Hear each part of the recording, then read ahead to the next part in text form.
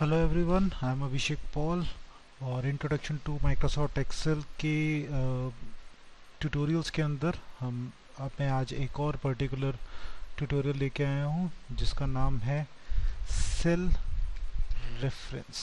Cell reference basically हमारे पास एक ऐसा फीचर होता है जो नॉर्मली हर एक्सेल शीट के अंदर हमारे पास काम कर रहा होता है। ये सेल को आइडेंटिफाई करने का काम कर रहा होता है। हम इनको तीन अलग अलग मॉड्यूल्स में डिवाइड कर लेते हैं, या मैं इसको कहता हूँ कि हम इसको तीन अलग अलग टुकड़ों में समझते हैं ताकि इसको अंडरस्टैंड करना थोड़ा सा कन्वीनियंट हो सके। पहली चीज़, सेल रेफरेंस को अगर हम बोलें तो यहाँ पे हमारे पास एक तरीका होता है जिसको हम बोलते हैं रिलेटिव। रिलेटिव जो एक दूसरे से रिलेट कर रहा हो, या हम रिलेटेड आईडीज या रिलेटेड इंफॉर्मेशन हम उसके अंदर प्रोवाइड कर सकते हो। एक टाइप आता है हमारे पास जिसको हम बोलते हैं एब्सोल्यूट। एब्सोल्यूट हमारे पास एब्सोल्यूट पोजीशंस को हाईलाइट करने का काम करता है, एब्सोल्यूट वैल्यूज़ को हमारे पास डिस्प्ले करने का काम करता है। और एक फीचर आता है हमारे पास जिसको हम बोलते हैं फिक्स्ड। ये तीन अलग अलग तरीके के रेफरेंसेस होते हैं हमारे पास माइक्रोसॉफ्ट एक्सेल शीट के अंदर। तो हम इन तीन रेफरेंसेस को यहाँ पे समझेंगे। सबसे पहला कॉन्सेप्ट आता है हमारे पास रिलेटिव रेफरेंस। इसके लिए मैं एक छोटा सा एग्जांपल यहाँ पे यूज़ कर रहा हूँ। लाइक मैं कुछ एंट्रीज लिख रहा हूँ यहाँ पे, और इन एंट्रीज के साथ साथ मैं किसी एक पर्टिकुलर सेल एड्रेस पे इन एंट्रीज को यूज़ करके कैलकुलेशन कर रहा हूँ। सपोज मैं सम कर रहा हूँ, कुछ पर्टिकुलर सेल्स का इस लोकेशन के अंदर। अब अगर मैं यहाँ पे चेक करता हूँ तो जैसे मैंने लास्ट सेशंस के अंदर भी बताया था कि किसी भी सेल को हम एडिट करते हैं या एडिट सेल का यूज़ करते हैं तो F2 इम्प्लीमेंट करते हैं। तो मैंने यहाँ पे F2 किया, और F2 करने पर मुझे यहाँ पे दिखा रहा है कि सम कर रहा है वो A7 से लेकर D7 तक। अब A7 टू D7 जो लोकेशन आ रही है वो फॉर्मूला वाले सेल से एक पर्टिकुलर लोकेशन से मूव कर रही है या रिलेट कर रही है।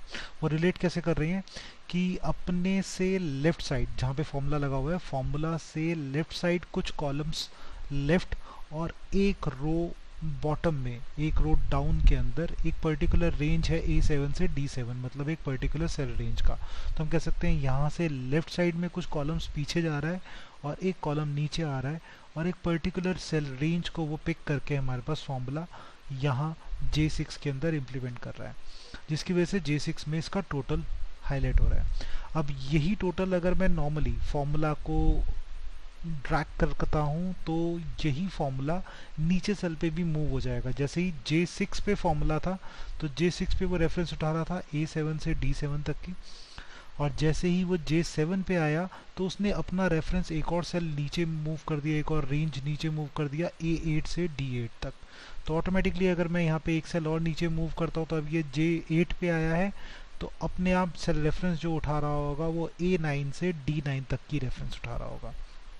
सी तो अब बेसिकली हम जो भी फॉर्मूला लगाते हैं वो जैसे ही मैं कॉपी करता हूँ किसी दूसरे सेल के अंदर, तो वो कॉपी करते ही उस रेफरेंस को भी कॉपी कर लेता है।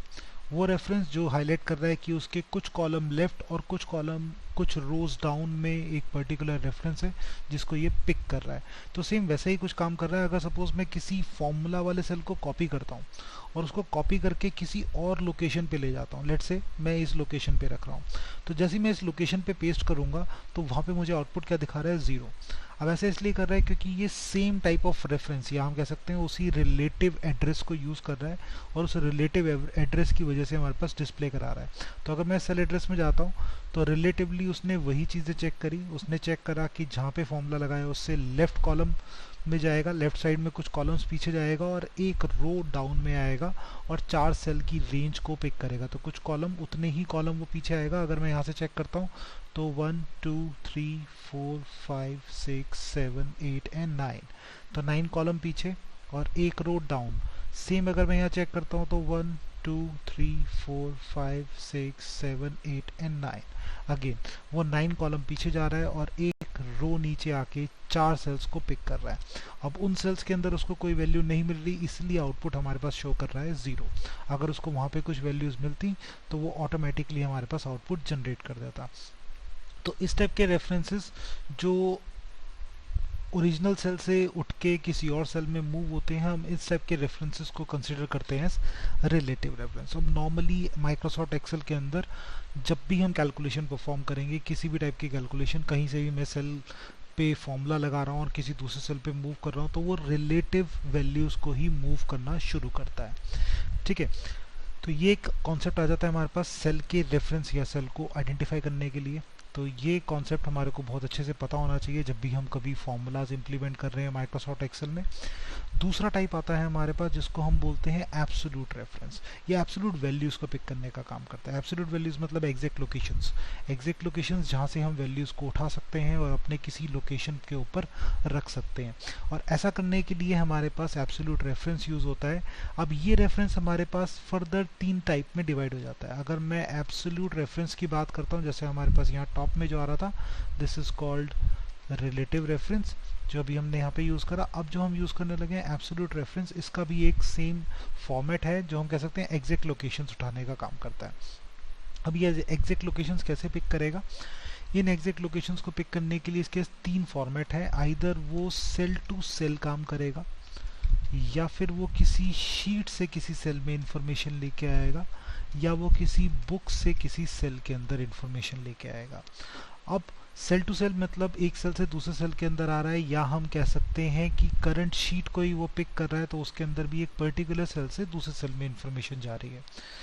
लाइक हम नॉर्मली किसी फॉर्मूला के अंदर करते हैं। सपोज मैंने यहाँ पे लिखा कंप्यूटर और इस सेल का एड्रेस है F15 और यहाँ पे मैं इक्वल्स टू F15 कर रहा हूँ। मैं कोई फॉर्मूला नहीं लगा रहा, मैं सिर्फ सेल का एड्रेस यूज़ कर रहा हूँ। अब ऐसी सिचुएशन के अंदर वो उस सेल का रेफरेंस उठा रहा है जो कि F15 सेम लोकेशन के अंदर आ रहा है। अब जैसे ही वो सेम लोकेशन से उसको पिक कर पाएगा तो उसकी वैल्यू यहाँ पे हाईलाइट कर देगा। अब लेट्स से अगर कंप्यूटर की जगह मैं कोई और वर्ड लिखता हूँ, लाइक मैं अपना ही नाम लिख देता हूँ, तो वही नेम उसने यहाँ इस सेल में पिक किया और वही कॉपी करके डिस्प्ले करा दिया। अब सेम फॉर्मेट में किसी और शीट से अगर उठाना चाहता हूँ, तो लेट्स से मेरी इसी बुक के अंदर मैं एक और शीट इंसर्ट कर रहा हूँ जिसका नाम है शीट 2, और इस शीट 2 के अंदर किसी एक पर्टिकुलर सेल के अंदर मैं कोई पर्टिकुलर टेक्स्ट लिख रहा हूँ। लाइक मैंने चूज़ करा शीट 2 के अंदर D10 नाम के सेल में वैल्यू लिखी कंप्यूटर। अब मुझे वो वैल्यू यहाँ शीट 1 में चाहिए, तो दैट मीन्स मैं शीट से किसी सेल के अंदर इंफॉर्मेशन लाना चाहता हूँ। ऐसा करने के लिए मुझे यहाँ पे यूज़ करना पड़ेगा पहले शीट का नेम, उसके बाद एक्सक्लेमेशन मार्क और फिर सेल का नेम, तो मैं उस वैल्यू को डायरेक्टली पिक कर सकता हूँ। तो शीट नेम इज़ शीट 2 और सेल का नेम था D10। तो अब मैं यही वैल्यू यहाँ पे रिसीव करवाना चाहता हूँ दूसरी शीट से। तो शीट का नाम है शीट 2। अब शीट का नेम अगर आपने कुछ भी रखा होगा, सपोज ABCD या कोई भी आप वैल्यू उसको दे रहे हो, तो वो आप नाम उसको यहाँ पे प्रोवाइड करोगे। एक्सक्लेमेशन मार्क और सेल का नाम था D10, तो मैंने यहाँ पे सेल का नेम भी मेंशन किया। और जैसे ही मैं एंटर प्रेस करूँगा तो ऑटोमेटिकली शीट 2 में जो भी उसकी वैल्यू आ रही थी वो यहाँ पे प्लेस हो जाएगी। अब सेम अगर मैं यहाँ पे कुछ चेंज करता हूँ, लाइक मैंने चूज़ करा एजुकेशन, तो ऑटोमेटिकली यहाँ पे भी वैल्यू आ गई है एजुकेशन। नेक्स्ट थर्ड टाइप आता है हमारे पास जिसको हम बोलते हैं बुक टू सेल। एक बुक से दूसरी बुक के अंदर इंफॉर्मेशन को लेके आना। अब यहाँ पे बुक नेम को पिक करने का हमारे पास फॉर्मेट होता है, स्क्वायर ब्रैकेट में आता है बुक का नाम और डॉट के साथ हम एक्सटेंशन प्रोवाइड करते हैं। एक्सटेंशन लाइक XLSX जो कि एक्सेल की एक्सटेंशन है। इसके बाद हम स्क्वायर ब्रैकेट क्लोज कर देंगे और फिर जिस बुक से मैं इंफॉर्मेशन को उठा रहा हूँ उस बुक के अंदर कोई पर्टिकुलर शीट होगी जिसका कोई पर्टिकुलर नेम होगा, तो मुझे वो शीट नेम देना है विदाउट एनी सिंबल, और उसके बाद एक्सक्लेमेशन मार्क, और इसके बाद अब मैं यहाँ पे सेल का नेम प्रोवाइड कर दूंगा। ठीक है, तो अब बेसिकली हमारे पास बुक का नाम आया, शीट का नाम आया और सेल का नाम आया। ये 3 चीज़ें हम डिनोट करेंगे तो हम एग्जैक्ट लोकेशन किसी और बुक से हम इंफॉर्मेशन को उठा सकते हैं। अब ऐसा करने के लिए मैं यहाँ पे एक न्यू फाइल ले रहा हूँ Ctrl+N करके, और इस न्यू फाइल को मैं सेव कर रहा हूँ अपने डेस्कटॉप के ऊपर। डेस्कटॉप पे मैं इसको नेम दे रहा हूँ 1। क्लियर? और इस 1 नाम की बुक के अंदर मैं किसी पर्टिकुलर सेल सपोज D5 के अंदर मैं लिख रहा हूँ कंप्यूटर एजुकेशन। अब मुझे ये वर्ड अपनी इस बुक के अंदर चाहिए। क्लियर? तो ऐसा करने के लिए मुझे क्या करना होगा, सबसे पहले फॉर्मूला स्टार्ट कर रहा हूँ इसलिए इक्वल्स टू का साइन, ब्रैकेट स्टार्ट किया, फाइल का नाम था 1.xlsx, शीट का नाम है शीट 1, एक्सक्लेमेशन मार्क और उसमें सेल का नाम है D5। तो मैं वही पूरा एड्रेस यहाँ पे मेंशन करूँगा और जैसे ही मैं एंटर प्रेस करता हूँ तो ऑटोमेटिकली मेरे पास उसकी वैल्यू रिसीव कर लेगा। तो ये हमारे पास तीसरा तरीका हुआ एब्सोल्यूट रेफरेंस का। अगेन हम दोबारा देखते हैं इसके अंदर हमने क्या किया। हमने सबसे पहले मेंशन किया बुक का नाम था 1.xlsx। उसके अंदर एक शीट है जिसका नाम है शीट 1 और उसके अंदर एक पर्टिकुलर सेल है जिसका नाम है D5। अब उसमें जो भी वैल्यू आ रही होगी वो वैल्यू यहाँ पे फेच कर देगा। दैट मीन्स अगर मैं यहाँ पे चेंज करूँगा वैल्यू को तो ऑटोमेटिकली मेरे पास करंट शीट के अंदर भी वैल्यू अपडेट हो जाएगी। तो ये दूसरा तरीका होगा जिसमें हम रेफरेंसेस उठा रहे हैं सेल से सेल तक के, शीट से सेल तक के या बुक से सेल तक के। तो ऐसे रेफरेंसेस हमारे पास कंसिडर किए जाते हैं एज एब्सोल्यूट रेफरेंस। अब कई बार क्या होता है कि जब हम रिलेटिवली मूव कर रहे हैं या हम कोई एब्सोल्यूट रेफरेंस उठा रहे हैं, इन दोनों ही सिचुएशन के अंदर फॉर्मूलाज हमारे पास इंप्लीमेंट हो रहे हैं। लेकिन कई बार ऐसा होता है कि मुझे कुछ एरिया, कुछ सेल्स मुझे परमानेंटली वही यूज़ करने होते हैं कैलकुलेशन के अंदर और बाकी और रेफरेंसेस मुझे बदलनी होती हैं। ऐसी सिचुएशन के अंदर मुझे रेफरेंस को एक फिक्स्ड लोकेशन देनी होती है जिसको हम बोलते हैं फिक्स्ड रेफरेंस। ठीक है, या हम इसको नॉर्मली हम कह सकते हैं कि हम लोकेशन को फिक्स करने का काम कर रहे हैं। लाइक एक एग्जांपल के साथ मैं यहाँ पे इसको यूज़ कर रहा हूँ जिसमें मैं यूज़ कर रहा हूँ कि लाइक मैंने 10 को 20 से 30 से या 40 से इन सारे नंबर्स से मुझे मल्टीप्लाई करना है। तो अगर मैं नॉर्मली कैलकुलेशन करूँगा तो लाइक 10 मल्टीप्लाई बाय 20 तो मेरे पास दिखा रहा है 10 इंटू 20 200। दूसरे सेल में मैंने चूज़ करा कि उसी 10 से मैं 30 को मल्टीप्लाई कर रहा हूँ यहाँ पे ताकि 300 हो जाए, या फिर उसी सेल से मल्टीप्लाई कर रहा हूँ मैं 40 को। अब ऐसा करने के लिए मुझे हर बार हर एक सेल का एड्रेस यूज़ करना पड़ा कैलकुलेशन करने के लिए।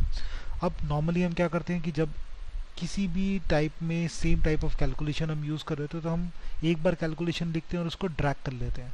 तो सेम कैलकुलेशन फॉलो करता है वो टिल डाउन, जब उसको रेफरेंस नहीं मिलता तब वो ब्लैंक शो कर देता है। ठीक है, अब सेम ऐसा ही फीचर अगर मैं यहाँ पे सेम कैलकुलेशन की बात करूँ तो 10 इंटू 20 30 एंड 40 ये तीन अलग अलग कैलकुलेशंस मुझे यहाँ करनी है। अगर मैं ऐसा ही कुछ परफॉर्म करने की कोशिश करता हूँ कि 10 मल्टीप्लाई बाय 20 और पहली वाली कैलकुलेशन को ही मैं ड्रैग कर लूँ, तो ऐसा करने पर ये क्या करता है, हमारे पास आउटपुट नहीं दिखा पा रहा। अब ऐसा इसलिए क्योंकि जब मैं नॉर्मली ड्रैग कर रहा हूँ तो वो एक स्पेशल टाइप के रेफरेंस को यूज़ कर रहा है, दैट इज़ रिलेटिव, जो रिलेटिवली मूव कर रहा था हमारे पास। अब इस रेफरेंस के अकॉर्डिंग अगर मैं देखता हूँ तो यहाँ पे तो वो अपने से लेफ्ट साइड के दो नंबर ऐड कर रहा है, that means A20 and B20। इस सेल के अंदर भी उसने वही सेम काम करा, अपने से लेफ्ट साइड के दो नंबर ऐड करे, that means A21 and B21। अब यहाँ पे प्रॉब्लम कहाँ आ रही है, A21 में। A21 ना होकर अगर ये A20 होता तो ये मेरे को सही आउटपुट दे रहा होता। तो दैट मीन्स मुझे जब ड्रैग करना है फॉर्मूला को यहाँ पे, तो उस ड्रैगिंग के टाइम पे मुझे इन सेल्स के एड्रेसेस तो बदलने हैं कि पहले B20 हो, फिर B21 हो, फिर B22 हो, लेकिन इस कैलकुलेशन को मुझे परमानेंट रखना है, फिक्स्ड रखना है। तो ऐसी रेफरेंस को फिक्स करने के लिए हम यहाँ पे यूज़ करते हैं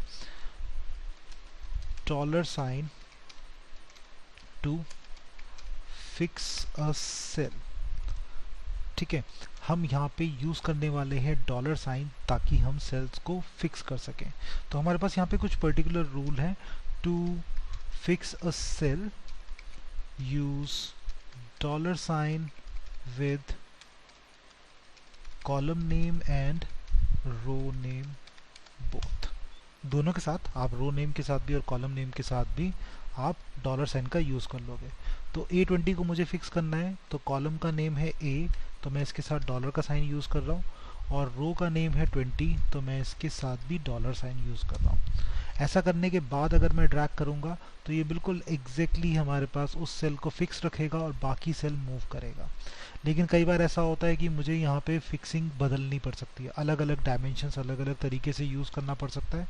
तो to fix a column use $sign with column name only, or to fix a row use $sign with row name only।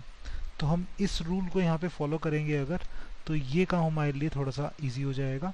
Like अगर मैं फॉर्मूला ड्रैग करना चाहता हूँ टूवर्ड्स राइट, और मैं चाहता हूँ कि इस कॉलम में जो वैल्यू आ रही है दैट मीन्स 10 ये फिक्स रहे और बाकी सब कुछ मूव हो।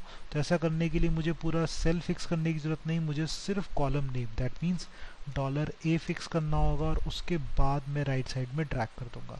अब ऐसा करने पर ऑटोमेटिकली वो राइट साइड की वैल्यूज़ को कॉपी करता जाएगा और उन्हीं वैल्यूज़ को फिक्स करता हुआ जाएगा आगे, कुछ इस तरीके से। ठीक है, सेम ऐसे ही अगर मुझे रो के अंदर आने वाली वैल्यू को फिक्स करना है, लाइक 10 अगर रो के अंदर और मुझे वर्टिकली ट्रैक करना है, जो कि अभी अगर मैं यहाँ करूँगा तो उसके लिए पॉसिबल नहीं होगा। तो अगर मुझे रो को फिक्स करना है तो मुझे क्या करना होगा, यहाँ पे रो के साइन को फिक्स करना पड़ेगा, कॉलम को नहीं। तो मैंने चूज़ करा रो को फिक्स करने के लिए 20 रो नंबर है, मैंने उसको फिक्स किया और उसके बाद ड्रैग किया। ठीक है, तो अब जब मैं इसको रो को फिक्स करूँगा तो हमारे पास यहाँ पे रो परमानेंट हो रही है लेकिन उसके साथ में कोई वैल्यू नहीं है, तो इसलिए वो एम्प्टी करता जा रहा है। तो दैट मीन्स अगर मैं यहाँ पे कुछ वैल्यूज़ डालता हूँ तो उन्हीं वैल्यूज़ को वो मल्टीप्लाई करता हुआ जाएगा, कुछ इस तरीके से, जिसको हम बोल सकते हैं रो के अंदर ट्रैक करना। ठीक है, अब हम वैल्यूज़ को फिक्स कर पा रहे हैं यूजिंग डॉलर साइन। तो हम डॉलर साइन की हेल्प से इन सारे सेल्स को अपनी चॉइस से फिक्स कर पाते हैं। इसके लिए हम एक शॉर्टकट भी यूज़ कर सकते हैं, use F4 simultaneously to fix cell, row and column respectively। ठीक है, तो हम अगर साइमल्टेनियसली F4 साइन का यूज़ करेंगे फॉर्मूला के अंदर, तो पहली बार अगर मैं यूज़ करूँगा तो मैं सेल को फिक्स कर पाऊँगा, दूसरी बार मैं दोबारा से F4 अगर प्रेस करूँगा तो मैं रो को फिक्स कर पाऊँगा, और तीसरी बार अगर मैं यूज़ करूँगा तो मैं कॉलम को फिक्स कर पाऊँगा। और अगर मैं चाहता हूँ कि मुझे अनफिक्स करना है तो अगेन मैं F4 प्रेस कर दूँगा तो वो अनफिक्स कर देगा। तो अगेन मैं यहाँ पे यूज़ कर रहा हूँ किसी ऐसे लोकेशन के साथ, लाइक मैं सेम यूज़ कर रहा हूँ 10 मल्टीप्लाई बाय 20, और उसके बाद मैंने चूज़ करा A20 पे कर्सर रखा, F4 प्रेस किया तो उसने सेल को फिक्स कर दिया, दैट मीन्स रो और कॉलम दोनों के साथ डॉलर साइन आया। मैं दोबारा F4 प्रेस करूँगा तो वो सिर्फ रो को फिक्स करेगा, दैट मीन्स 20 को फिक्स कर रहा है, कॉलम नेम A को फिक्स नहीं कर रहा। तीसरी बार मैं F4 प्रेस करूँगा तो अब वो रो को फिक्स नहीं कर रहा, कॉलम को फिक्स कर रहा है, दैट मीन्स $A दिखा रहा है। और चौथी बार अगर मैं प्रेस करूँगा तो वो अनफिक्स कर देगा, दैट मीन्स फिक्सिंग रिमूव कर देगा। तो जैसा ही मुझे उसको फिक्स करना हो वो मैं F4 की हेल्प से कर सकता हूँ। मैंने F4 प्रेस किया, फिक्स किया और उसके बाद अपनी चॉइस से ड्रैग कर लिया। अब यहाँ ड्रैग करने के लिए मैं यूज़ कर रहा हूँ शॉर्टकट, सिलेक्शन किया and then control D, control के साथ D प्रेस करने पर हमारे पास यूज़ होता है फिल डाउन का फीचर। दैट मीन्स जो भी ऊपर टॉप में वैल्यू फिल हो रखी होगी वही बॉटम में भी फिल हो जाएगी। अगर टॉप में कोई फॉर्मूला है तो वही बॉटम में भी आ जाएगा। तो टॉप में एक फॉर्मूला है, अपने से लेफ्ट साइड के 2 नंबर ऐड करना, जिसमें से पहला सेल फिक्स होना चाहिए। तो ड्रैग किया, उसने वही काम किया, अपने से लेफ्ट साइड के नंबर्स को फिक्स किया और जो पहला सेल था उसको फिक्स रखा A20 को और उसके अकॉर्डिंग ट्रैक कर दिया। तो ये एक तरीका हो गया हमारे पास सेल के अलग अलग रेफरेंसेस को यूज़ करने का। आइदर हम उसको रिलेटिव, एब्सोल्यूट या फिक्स बोल सकते हैं, या आप उसको अपनी चॉइस से कोई भी एक नाम दे सकते हैं जिससे आप उसको ईजिली याद रख सकें। ठीक है, तो हम ओवरऑल कह सकते हैं कि ये 3 अलग अलग तरीके जिससे किसी भी एक्सेल शीट के अंदर फॉर्मूला इम्प्लीमेंट किया जाता है या सेल्स को रिलेट किया जाता है एक दूसरे के साथ, इसीलिए हम इसको सेल के रेफरेंसेस में कंसिडर कर सकते हैं। सो गाइस, ये था आज का ट्यूटोरियल। अगर आपको ये वीडियो अच्छा लगा तो आप इसको लाइक, शेयर या सब्सक्राइब कर सकते हैं। और अगर आपकी कोई भी क्वेरीज हैं, कोई भी क्वेश्चंस हैं, तो आप मुझे कमेंट सेक्शन में कमेंट करके बता सकते हैं, मैं आपकी क्वेरीज को सॉर्ट आउट करूँगा। So guys, that's all for today, have a nice day.